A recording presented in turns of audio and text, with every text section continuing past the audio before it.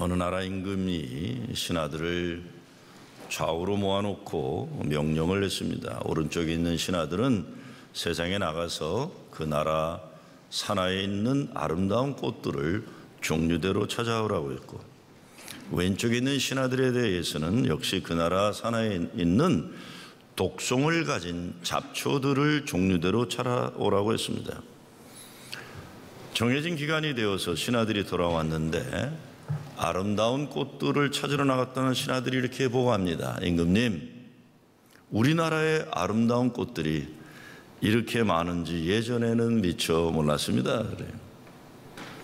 잡초를 찾으러 나갔던 신하들도 같이 보고합니다. 임금님, 우리나라의 독성을 가진 잡초들이 이렇게 많은지 예전에 미처 몰랐습니다. 왜 어떤 사람들은 아름다운 꽃을 많이 찾아왔고 어떤 사람들은 잡초들만 많이 찾아가지고 왔을까요? 답은 간단합니다. 그들이 그것을 찾으러 나갔기 때문입니다. 인생도 마찬가지죠. 우리가 무슨 목적으로 무엇을 추구하며 사는가에 따라 찾는 물건들의 내용이 달라지는 겁니다. 오늘 본문에 나오는 엠마오의 제자들은 실망과 좌절에 빠져 있습니다. 그들이 지난 3년간 예수님을 따라다니며 소망했던 모든 미래의 꿈이 깨어졌습니다. 그래서 이제 모든 것을 포기하고 과거의 삶으로 돌아가고 있는 사람들입니다. 미래가 없어졌으니 과거로 돌아가는 길밖에 없는 겁니다. 십자가에 달려서 고난당하시고 죽으신 예수님을 자기들의 눈으로 똑똑히 봤어요. 좌절과 패배감의 확실한 증거물을 가지고 돌아가는 겁니다. 그들 눈으로 본 그 경험이 그들의 현재와 미래를 결정해 주고 있습니다. 실망과 좌절과 패배입니다. 우리는 인생에도 이런 경우 많습니다. 미래가 없어지는 거예요. 인생 모든 것을 그것에 집중하고 살아왔는데 없어지는 겁니다. 차라리 시작하지 않았으면 더 좋았을 겁니다. 제자들에게 있어서는 자기들의 인생을 완전히 새로운 차원으로 업그레이드 시켜줄 것을 기대했던 예수가 십자가의 죽음으로 자기들의 미래도 결국은 아픔과 슬픔 그리고 절망으로 결론 내려졌습니다. 소망을 어디에서 찾을 수 있습니까? 오늘 성경 말씀은 그런 그들이 과거로 돌아가는 엠마오의 길에 예수님이 함께 동행하고 계시다고 증거합니다. 부활하신 주님이 이들을 찾아오셔서 변화시키고 계세요. 예수 믿는 사람들이 가야 하는 길을 크게 네 가지로 볼 수 있습니다. 제일 먼저는 다메섹으로 가는 길이에요. 사도 바울이 예수 믿는 사람들을 핍박으로 달려가다 거꾸로지는 회심의 길이 다메섹이에요. 인생의 길이 뒤바뀐다. 회개하고 새로운 인생의 목적을 가지고 사는 길입니다. 두 번째는 예루살렘의 길이에요. 십자가를 향해 알면서도 그 길로 가시는 예수님의 길입니다. 하나님 말씀 순종과 순교의 길. 세 번째의 길은 여리고예요. 여리고는 강도 만난 사람을 살리는 선한 사마리아인의 길. 세상 속으로 들어가 빛과 소금이 되는 길. 세상의 빛과 소금 되는 교회 사명이 이거죠. 마지막으로 엠마오의 길입니다. 부활하신 주님과 만남으로 이르는 눈이 열리고 가슴이 뜨거워지는 체험이에요. 성만찬을 통해 이루는 하나님 임재의 체험이며 성령 안에서 누리는 주님과 교통하는 삶입니다. 이것이 없이 교회에서 뭐 하면 이게 그냥 일이에요. 다 이게 다 일입니다. 일이니까 거기에 생명이 없어요. 영이 없는 거예요.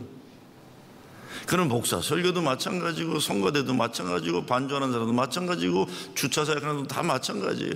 그러니까 엠마오의 체험이 없으면 그냥 일로 나타나요. 거기 생명이 없는 거예요. 생명이 없습니다. 여러분 음악하는 분들 계시지만 악보는 똑같지만 악보를 인터프리트하는 거는 반주하는 사람, 지휘하는 사람, 노래하는 사람이 하는 게 다릅니다. 사람에 따라 다른 거예요. 곡을 똑같이 연주하는 것 같지만 다른 거예요. 누가 어떻게 소화했느냐에 따라 다른 겁니다. 하나님 임재의 체험, 성령 안에서 누리는 주님과 교통하는 삶, 예수님 내 마음에 오셔서 은혜 충만, 기쁨 충만하게 하는 삶, 이것이 오늘 본문에서 우리는 너무 빨리 실망에 익숙한 제자들을 보게 됩니다. 십자가 실망이 너무 커서 예수님 부활의 소식을 들었지만 그냥 돌아가는 헛소문이라 여기고 그냥 실망의 길로 가고 있는 겁니다. 부활하실 것이라고 말씀하신 예수님 약속보다 자기 자신들의 패배감과 좌절감이 더 커서 그것에 집착해 있는 겁니다.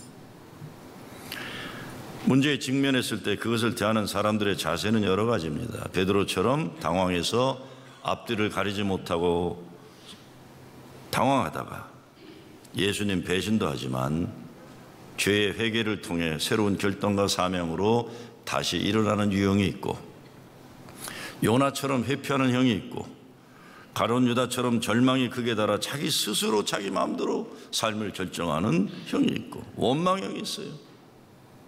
이스라엘 백성들이 광야에 시도 때도 없이 원망했던 것처럼 무슨 문제만 생기면 하나님을 원망하고 다른 사람들을 원망하다가 가나안 약속의 땅에 들어가지 못하는 경우입니다. 그런가 모세처럼 도전형도 있어요.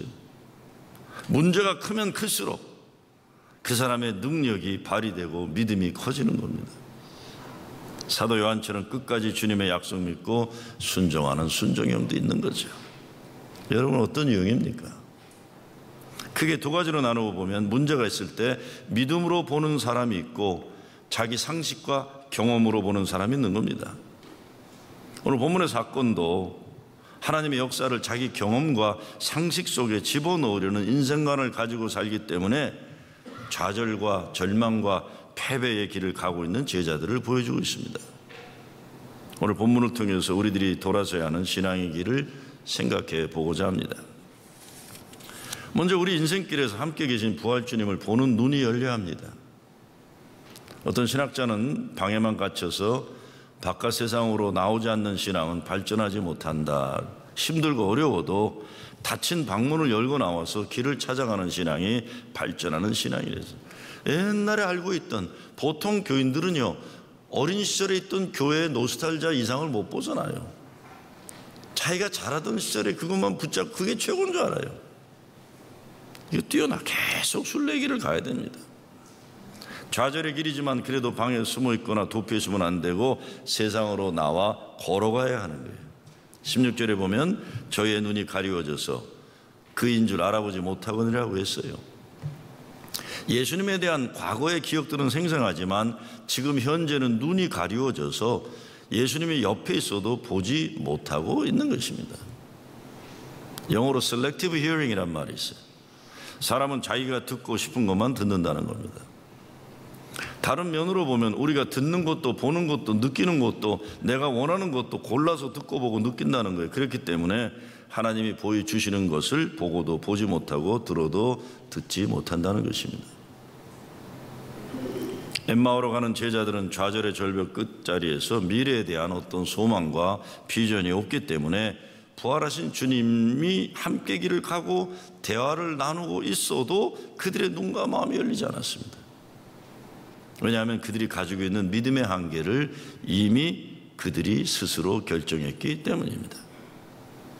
하나님의 역사에 부정적인 사람들이 다른 사람에게만 부정적인 게 아니라 자기 자신에게도 부정적이고 나아가서는 하나님의 역사하심에 자기 기준으로 함부로 판단하게 됩니다. 이것이 깨져야 돼요. 아주 오래된 미국 목사들이 쓰는 아주 흔한 예화가 하나 있어요. 호수에서 낚시를 하는데 어떤 사람이 고기를 아주 잘 잡아요. 큰 고기도 잡고 막 잘 잡아요. 그런데 고기를 잡을 때마다 이렇게 재보고는 큰 거는 버리는 거예요. 조그만 것만 챙기는 거예요. 얼마나 아까워요, 옆에 있던 사람이. 그래서 가서 물어봤어요. 당신 왜 그러냐? 왜 큰 거는 버리고 작은 것만 이렇게 챙기냐? 그랬더니 그 사람의 대답이 그래요. 네, 우리 집 프라이팬이 작아가지고요. 자기 집 프라이팬보다 큰 건 다 버리는 거예요. 말도 안 되는 이야기지만 우리는 인생 이런 생각과 믿음으로 사는 경우가 많습니다. 그래서 성경은 믿음대로 드리라는 말씀하는 거예요. 자기 프라이팬 그 사이즈 가지고 세상을 자꾸 잣대질하는 거예요. 예수님은 겨자씨만한 믿음이면 산도 옮긴다고 하셨는데 그런 맥락입니다. 여하튼 엠마오의 제자들은 자기들이 목격한 십자가 사건이 너무 분명하기 때문에 예수님이 살아계실 때 말씀하신 부활의 약속을 조금도 가능성으로 보지 못하고 있는 것입니다. 요즘엔 진짜 요즘 한국 문화계에 이제 불만이 있는 게 왜 사극이 없는지 모르겠어요. 저는 연속극 사극만 보지 뭐 왕건, 주몽, 뭐 정도전 이런 거 요즘 막 살가운 이런 건 난 보다가 간지러워서 못 봐. 난 안 봐요. 그래서 근데 사극이 없더라고요. 근데 사극에 보면 두 가지 말이 항상 나와요. 성은이 만극하옵나이다. 그렇죠? 그 다음에는 통촉하시옵소서 이런 거예요.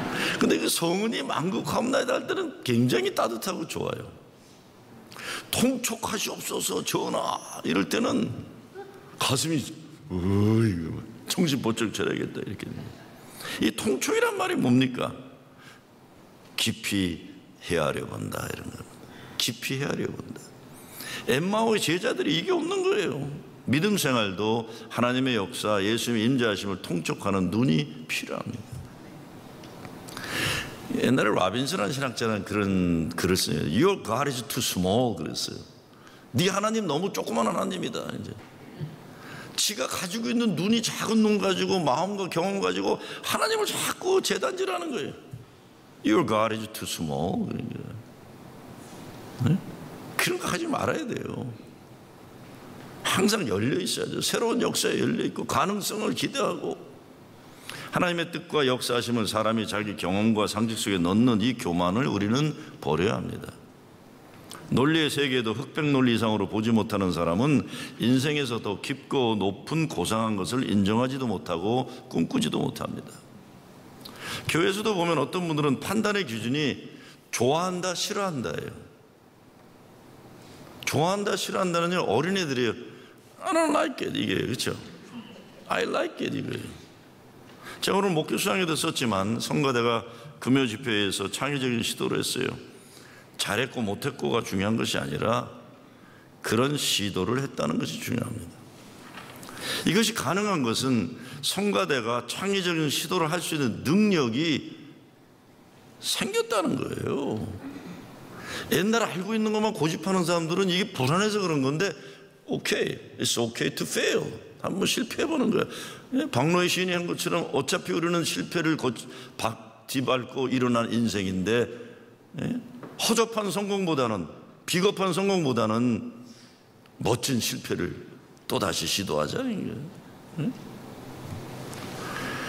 얼마 전만 해도 저도 이제 오래됐잖아요. 이제 3년 가까이 되니까 그렇죠? 아주 교회에서 우리 교회 오래됐는데 제가 온 지 얼마 안 됐을 때만 해도 제가 무슨 얘기를 하면요 교인들의 반응이 딱 그거예요.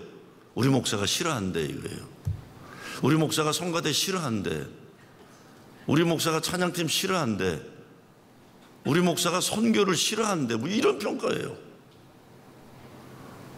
아니 그런 게 어디 있어요. 그런 게 어디 있어요. 어떻게 해서라도 발전을 위해 함께 노력해야 하는 과제를 찾아가는 길이에요. 교회를 판단할 때나 목사를 판단할 때 내가 좋아하는지 싫어하는지 잣대가 되는 것은 아주 유아적인 교회에서 일어나는 현상입니다. 제가 전에 교회 오래 있었기 때문에 진짜 그런 게 너무 많았어요. 아주 진리적으로 많았어요. 회의를 하면 제가 없어도 회의하면 아주 제 측근이라는 사람들이 꼭 한마디예요. 목사님 그거 싫어하십니다 그래요. 그 회의가 끝나버려요. 그거로 우리 목사님은 설렁탕을 좋아하십니다 그래요. 우리 목사님 아닙니다. 스시를 좋아합니다. 아니 스시 좋아할 때 있고 냉면 좋아할 때 있고 설렁탕 좋아할 때 있고 그리고 제가 싫으면 뭐예요? 그게 뭐 대수예요. 그렇지 않아요? 그 싫다는 게 뭐 싫어도 맛있게 먹으면 되는 거 아니에요. 이게 교회가 어느 정도 그게 독재라는 게 무서운 겁니다 여러분. 독재라는 게 무서운 거예요. 독재는 자기가 만들어 놓은 그 틀을 자기가 먹겨 들어가는 거예요. 나중에 걷잡을 수 없어요. 그러니까 그냥 힘들어요. 교회 현상에 그러면 어떻게 됩니까? 담임 목사 측근인지 아닌지 이런 것들에 관심이 쏠리게 돼요. 목사도 그러면 안 되고요. 교인들도 그러면 안 돼요. 목사도 교인도 모두 예수님 측근이 되어야 할 뿐입니다. 네? 주의 몸된 교회를 바로 세우는 일을 위해 측근이 되고 동지가 되어야 할 뿐이지 자기 개인의 이익을 위해서 측근들을 만들고 정치하고 이 교회 말아먹는 나쁜 짓들이에요. 좋아하는지 주님이 좋아하시는 게 중요하지 무슨 목사가 좋아하는 게 뭐가 그렇게 대수예요. 네? 정말 우리들이 성숙해져야 됩니다. 주님이 기뻐하신 일인지 하나님의 영광이 되는지 아닌지 교회를 강건하게 하고 성도를 온전하게 하는 일인지 판단의 잣대가 성숙해져야 되는 거예요. 변화하지 못하는 사람들은 아무리 성경 말씀을 듣고 들어도 자기 인간의 경험과 상식의 한계 안에서 살기 때문에 변화하지를 못합니다. 그래서 인종차별 의식이나 종교 간의 분쟁이나 사상 이념 갈등의 높은 벽이 쉽게 무너지지 않아요. 세대 간 세상을 보는 시각 차이의 골도 마찬가지입니다. 사람은 모두 자기 생각과 경험의 한계를 벗어나기 어려워요. 이번 달 말에 남북 정상간 회의가 있다고 하는데 회의 가장 중요한 안건이 전 너무 좋아요. 남과 북 기차를 연결하는 거다 그랬어요. 뭐 고려 연방제니 조선 연방제니 이런 복잡한 게 아니라 기찻길 같이 놓자. 너무 기뻐요. 왜? 우리 조국 대한민국은 38선으로 막혀있기 때문에 섬나라입니다. 엄격하면. 분단의 가장 큰 문제가 그 나라 젊은이들이 세계와 연결되어 있는 땅에 살면서도 38선이라는 분단선 때문에 생각의 틀은 섬나라 생각의 틀을 벗어나지 못한다고 하는 거예요. 생각의 구조가 막혀 있는 거예요. 통일이 되면 기차를 타고 부산에서 서울, 서울에서 평양, 평양에서 신의주 쭉쭉 올라가서 중국, 러시아, 유럽, 대륙 그리고 아프리카까지 갈 수 있는 땅에 살면서도 동서남북 바다로 막히고 남이죠 북은 아니고 북은 38선에 막혀서 막혀있는 의식구조를 벗어나지 못하는 겁니다. 그러니 우리 후손들에게 뻥 뚫린 세계로 나갈 땅을 빨리 마련해 줘야 한다는 겁니다. 이런 가능성을 생각하면 얼마나 좋은지 몰라요.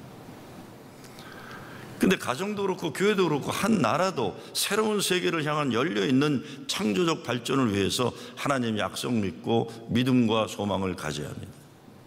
사람도 그렇고 세상도 그렇고 문제를 보느라 너무 인생 많이 신경 쓰지 말고 그 속에 담겨져 있는 하나님의 믿음, 소망, 사랑의 역사를 보는 눈이 열려야 합니다. 사람은 어떤 마음을 가지고 어떤 믿음을 가지고 사느냐에 따라 인생 현실이 좌우됩니다. 신앙생활 하면서도 은혜가 붙는 사람이 있고 시험이 붙는 사람이 있습니다. 저는 기도하면서 항상 우리 교인들 가정마다 땅의 풍성한 열매, 축복과 하늘의 신령한 은혜의 축복이 임하게 해달라고 기도합니다. 근데 정말 중요한 것은 결국 믿음이 삶을 바꾼다는 거예요. 기도가 현실이 된다는 겁니다. 믿음으로 기도하는 사람들에게 하나님의 은혜가 임한다는 것입니다. 그래서 신령한 은혜를 사모하는 거죠. 주일날 교회에 오면 하나님의 충만한 은혜를 갈망해야 됩니다. 자기도 모르는 사이에 시험 드는 것에 익숙한 사람들은 교회에 사람을 만나도 시험 잘 드는 사람들끼리 모여 지내기 때문에 시험이 항상 붙어 다녀요. 그 성경에서는 은혜 위에 은혜로다 증거하는 겁니다. 여러분 지금 성경에 나오는 사람들 보세요. 엠마오로 가는 제자들도 서로 친해요. 그렇죠? 성도의 교제를 잘해. 그러나 실망에 가득 찬 두 사람이 합치면 곱빼기 실망일 뿐이에요. 누구라도 한 사람이 야 이거 이런 거 아닌 것 같다 그래야 돼요. 예수님이 약속한 거 기억 안 나냐? 우리 이러면 안 된다. 주님이 부활하신다고 약속하셨으니 다시 가서 기다려보자 이랬으면 달라지는 건데 둘 다 실망에 실망, 곱빼기 실망하는 거예요. 자꾸 실망과 좌절 쪽으로 만들어가는 겁니다. 이렇게 살지 말아야죠. 한 번 인생을 살아도 한 번 화끈하게 은혜 충만한 믿음으로 멋지게 믿다 가야지 시시하게 안 되는 쪽으로 자꾸 살다 가지 말아야 합니다. 한 번 살다가 인생인데. 두 번째, 어떤 일에 있어서도 기쁨을 회복해야 됩니다. 엠마오의 제자들은 눈만 열리지 않은 게 아니라 마음이 이미 슬픔으로 가득 찼기에 기쁨의 가능성을 이미 포기했습니다. 17절 말씀에 예수께서 이르시되 너희가 길 가면서 서로 주고받고 하는 이야기가 무엇이냐 하시니 두 사람이 슬픈 빛을 띠고 머물러 섰더라. 그렇기 때문에 이미 모든 이야기가 패배로 결론 내려집니다. 게임 끝났어요.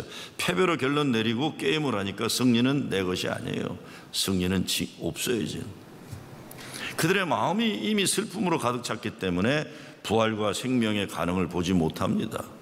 조금 더 기다려야 했는데 너무 일찍 절망하고 싸워보지도 못하고 패배로 판단하는 겁니다. 3일의 비밀이라는 이야기, 예수님의 사랑 공부한 분들은 기억하실 거예요. 언제나 기쁨으로 얼굴이 빛나는 꽃장수 할머니가 있었어요. 늘 그것을 보고 궁금하던 한 단골 손님이 그 할머니에게 물어봅니다. 할머니는 어떻게 전혀 걱정 근심이 없는 늘 즐거운 얼굴이세요. 할머니 어떻게 그러세요? 그때 할머니가 이렇게 얘기해요. 아이고, 사람에게 걱정 근심이 없을 수 있나. 내게도 얼마나 많은 역경과 고통이 있는지 몰라요. 근데 어떻게 그렇게 매일 기쁘게 사실 수 있어요? 3일의 비밀을 가지고 인생을 살아가지. 3일의 비밀이 뭔데요? 3일의 비밀이란 걱정거리가 생길 때마다 하나님께 기도로 드리고 3일을 기다리는 거야. 이는 무덤에서 3일 만에 부활하신 주님을 믿는 거야. 때론 숫자대로 3일이 일어나지 않을 수도 있지만 주님의 부활의 원리는 늘 동일하답니다. 그래요. 그래서 나에게는 어떤 암흑 같은 고난이 있을지라도 영광의 빛의 열매로 삶은 끝나게 되는 겁니다. 그래서 우리도 이 비밀 때문에 예배드리는 사람이에요. 이 비밀 때문에 소망하고 사랑하고 일어나는 사람들입니다. 그래서 무엇보다 문제가 되는 건 엠마오로 가는 제자들 세상 경험 때문에 그들의 신앙이 흔들린 거예요. 신앙으로 세상의 현실을 이겨내야 하는데 현실이 신앙을 결정해버린 겁니다. 부활하신 주님의 소식을 들었지만 확인해 보려고도 아니고 그냥 엠마오로 가는 거예요. 예수님이 부활하셨다는 소식 들었으면 최소한 빈무덤까지 가보고 그리고 다른 제자들과 함께 마가의 다락방에 모여서 기도하고 있어야 하는데 자기 판단이 앞서서 엠마오 길로 가는 겁니다. 부정적이기를 너무 빨리 하는 사람들이에요. 믿지 않는 사람들 이야기에 먼저 귀 기울이는 사람들이에요. 빈무덤의 소식을 들었으면 확인은 해야 되잖아요. 가서 진짜냐 가짜냐 최소한이라도. 빈무덤의 소식을 듣고도 예수님이 살아나셨다는 가능성보다 예수님 몸을 보지 못했다는 부정적인 것을 먼저 받아들이고 있는 겁니다. 같은 인생을 살아도 쉽게 포기하고 쉽게 절망하고 쉽게 불신앙의 길로 돌아가는 인생 자세 고쳐야 합니다. 적극적이고 진취적이고 긍정적이고 믿음으로 살아야 돼요. 오늘 본문의 핵심은 이 엠마오의 제자들이 변했다는 겁니다. 주님과 밥을 같이 먹다 보니 눈이 밝아졌어요. 그리고 성경을 풀어 말씀하실 때 그들의 마음이 뜨거워졌다고 고백합니다. 그리고 예루살렘에 있는 제자들에게 돌아가 그들에게 부활하신 주님 만난 이야기를 증거합니다. 오늘 우리 부활의 증인으로 살아야 하는 우리들에게도 일어나야 하는 구체적인 삶의 변화가 있을 겁니다. 무엇보다 예배를 기쁨과 감사의 마음으로 드려야 됩니다. 바로 예배 드리러 가자. 시편에 보면 하나님께 예배 드려가는 소식을 들을 때 내가 기뻐 춤을 튀며 뛰어갔다고 해서 우리 신앙에서 예배가 회복되어 영적인 감격이 회복됩니다. 영적인 감격이 회복되어야 절망에 익숙해서 인생에서 소망이 회복됩니다. 오늘 29절에 보면 저희가 강권하여 가로되 우리와 함께 요하사이다. 영적인 감격이 회복되기 위해서는 이와 같이 예수님을 우리의 삶에 모셔드려야 합니다. 이번 주간 진행되고 있는 부흥회를 통해 아주 작은 것이지만 실천에 옮겼으면 하는 것이 예배 앞자리에 앉는 훈련이에요. 무엇보다 집사, 권사, 장로 제도는 연합감리교에서 이게 신령직입니다. 행정직이 아니에요. 행정직이 아닙니다. 신령직이에요. 그렇기 때문에 장로님들이 솔선수범해서 예배 앞자리에 앉도록 해야 돼요. 뒷자리는 늦게 오는 사람들이나 그날 교회 순서 맡은 사람들이 앉도록 배려하고 앞으로 오셔야 돼요. 새벽기도 시간이면 장로님들이 앞자리 강단 아래서 무릎 꿇고 기도하는 것을 솔선수범한다면 마음만이 아니라 몸으로도 교인들에게 좋은 모범을 보여주는 겁니다. 여러분, 사람이요 내 마음과 생각이면 된다 하지만 절대 그렇지 않습니다. 몸이 와줘야 돼요. 점점 앉는 자리가 뒤에 있으면요, 팔짱 끼게 되어 있습니다. 점점 앞으로 와줘야 됩니다. 그래야 제가 집회하면 여기 앉잖아요. 여기 앉으면 제일 못하는 게 있어요. 뭘까요? 졸 수가 없어요. 그렇잖아요. 졸 수가 없어요. 집중해요. 이거 아주 작은 것 같지만 중요한 겁니다. 이 바디랭귀지가 중요한 거예요. 제가 주차 얘기도 자꾸 얘기하지만요, 작은 거 하나가 그 사람을 얘기해 주는 겁니다. 이거 빨리 고쳐야 돼요. 우리 마음 자세가요. 빌립보 2장에 보면 내가 그리스도와 그 부활의 권능과 그 고난에 참여함을 알려하여 그의 죽으심을 본보다 어찌하든지 죽은 자 가운데서 부활에 이르려 하노니. 영어 번역에 보면 I want to know Christ and the power of His resurrection. 예수를 알기 원하는 강한 의지가 있어요. 예수님을 알고자 하는 사모함이 여기 있는 겁니다. 우리의 영혼이 메마를 땐 이유가 있습니다. 가장 흔한 이유는 세상에 마실 것들을 너무 많이 마실 때 그래요. 예수님이 말씀하시는 내가 주는 물, 영혼이 목마르지 않는 영생의 샘물이 아니라 세상의 것들을 너무 많이 마실 때 영혼의 갈증은 더해가는 겁니다. 마시지 말아야 할 것들 많이 마실 때 영혼의 목마름은 더해가는 겁니다. I want to know Christ and the power of His resurrection. 그리스도를 알려 함이라, 부활의 능력을 알려 함이라. 진정한 영적인 목마름을 해결하는 길은 그리스도를 아는 길이에요. 무엇보다 우리가 하나님을 향해 목말라 하는 것, 하나님의 영, 성령이 우리 심령 속에 살아 역사하시는 친구예요. 더 기도하고 싶고, 더 말씀 보고 싶고, 더 기쁨으로 찬양하고 싶은 것, 성령께서 우리 심령을 움직여 주시는 겁니다. 성경 말씀이 내 귀에 들어오고 내 마음에 들어오도록 성경을 열심히 읽고 공부하고 묵상, 큐티를 생활해야 하는 거죠. 물론 예수님과 식탁교제를 하면서 눈이 열리고 감동을 받아요. 성만찬이란 주님의 살과 피를 먹고 마시고 일하는 주님이 내 눈에 보이고 내 삶 중심에 들어와 계심을 체험하는 거예요. 그런데 우리들에게 있어 성만찬과 더불어 생명의 양식은 성경 말씀입니다. 성경을 읽을 때 신앙의 기쁨이 회복되죠.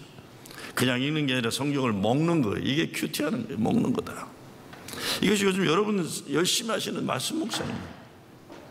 주님이 우리에게 주시는 기쁨을 맛보지 못하는 것은 성경을 맛있게 묵상하며 먹지 않기 때문입니다. 기도할 때도 성경 말씀 붙잡고 기도할 때 기도의 날개가 달려 하나님을 향해 날아간다고 했습니다. 그리고 눈이 열리는 것은 보기 위해 열리는 거예요. 부활하신 주님의 임재를 보는 것, 본다는 것은 나아가서 부활하신 주님이 우리와 함께 하심을 인정해 드리는 거예요. 그런데 바로 그 부활 주님의 임재를 인정하는 가장 중요한 행위는 그분과 대화를 나누는 거예요. 이게 기도입니다. 살아계신 주님을 인정한다는 것, 그분과 대화를 나누는 거죠. 이 과정을 통해 가슴이 뜨거워지는 거예요. 우리의 눈이 열려서 살아계신 주님을 만나고 주님을 만나서 인격적인 대화를 함으로 가슴이 뜨거워지는 신앙의 체험을 가지게 되는 거죠. 마지막, 예루살렘으로 돌아가 다른 제자들과 함께 부활의 증인이 되는 겁니다. 이것이 공동체 신앙의 회복이죠.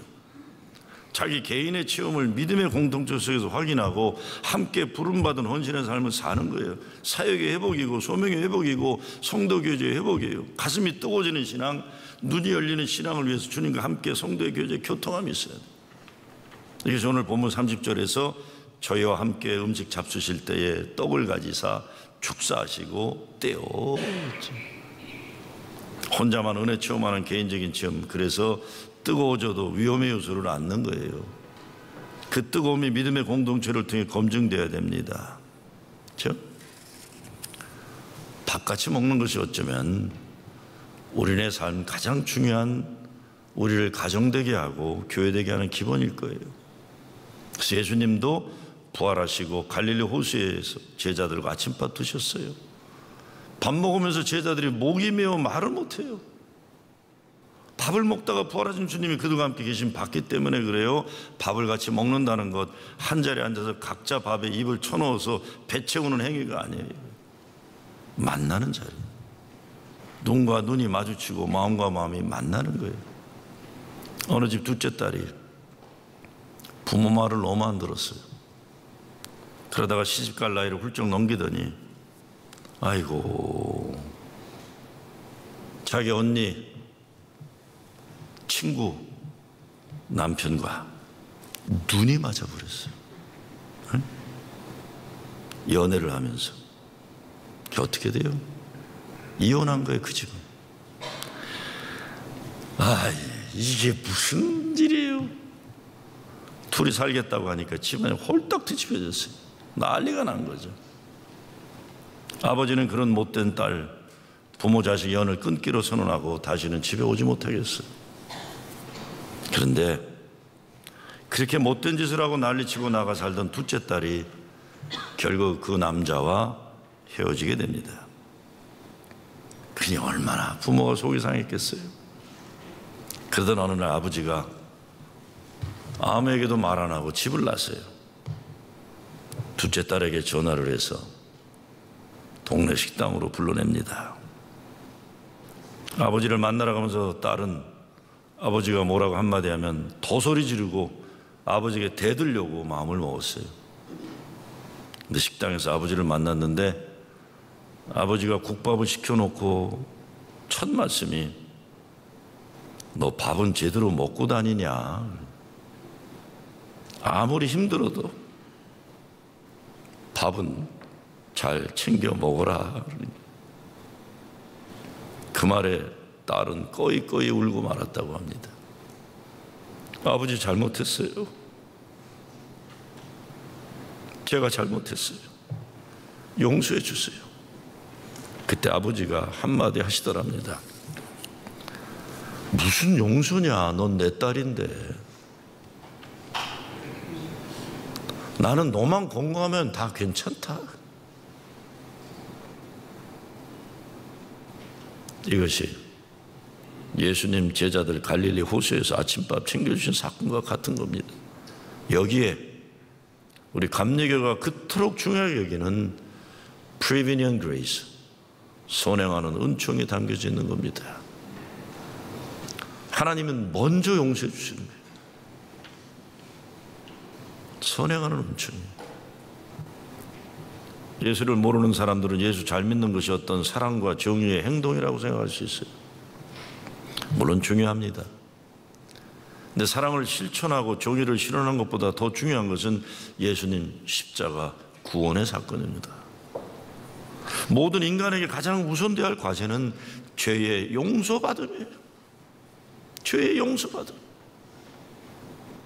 죄사함에 대한 구원의 확신, 십자가 은혜의 체험이 우선되지 않으면 사랑이니 정의니 잘못하면 인간의 자기 의로움에 빠지는 위험만이 아니라 자기 실력과 능력의 한계에 머무르게 되는 겁니다.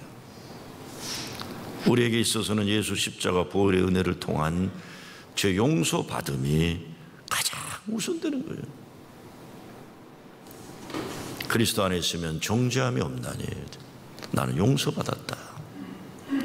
예수 십자가 보혈, 이것이 모든 사랑과 정의와 같은 인간의 최고 최선의 모든 것 이전에 있은 것이고, 사랑과 정의 후에는 예배로 마무리되는 삶을 사는 겁니다.